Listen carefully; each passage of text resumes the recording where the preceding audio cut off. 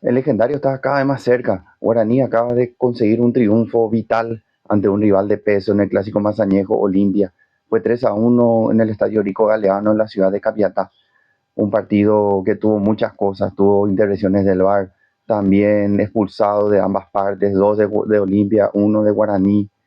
Maidana se va a perder 3 partidos vitales de parte del conjunto del Aborigen, una pérdida que va a doler para el conjunto del Indio y se fue sentido, se fue muy triste y fue lastimosamente para él una jugada, no sé si llamarla desafortunada o irresponsable, porque levanta la pierna, no veo intención en sí, pero en síntesis se va a perder 3 partidos importantes, le quedará la última fecha si es que el profe Bernay lo pone.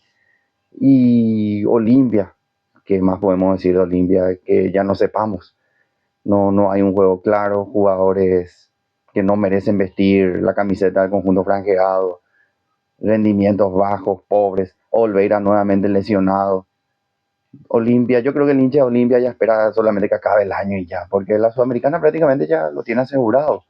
Sería una catástrofe, un mamarracho más al año si es que Olimpia vuelve a perderse de un torneo internacional en 2026, cosa que dudo que pase a esta altura, pese a cómo está Olimpia. Yo creo que ya lo asegura. Y Guaraní va en camino al su título número 12, así estaba diciendo Rubén Darío, modo Mufasa Rubén Darío, cada rato diciendo el camino a la 12, camino a la 12, hay que esperar, todavía falta, todavía 4 fechas, tramo importante por recorrer. Veremos cómo le va mañana al Ciclón de Barrio Obrero, que es el perseguidor número 1 de Guaraní. Y lo dejamos esto acá. Vamos a ver en la semana hablando más de fútbol, de torneo local y fútbol internacional.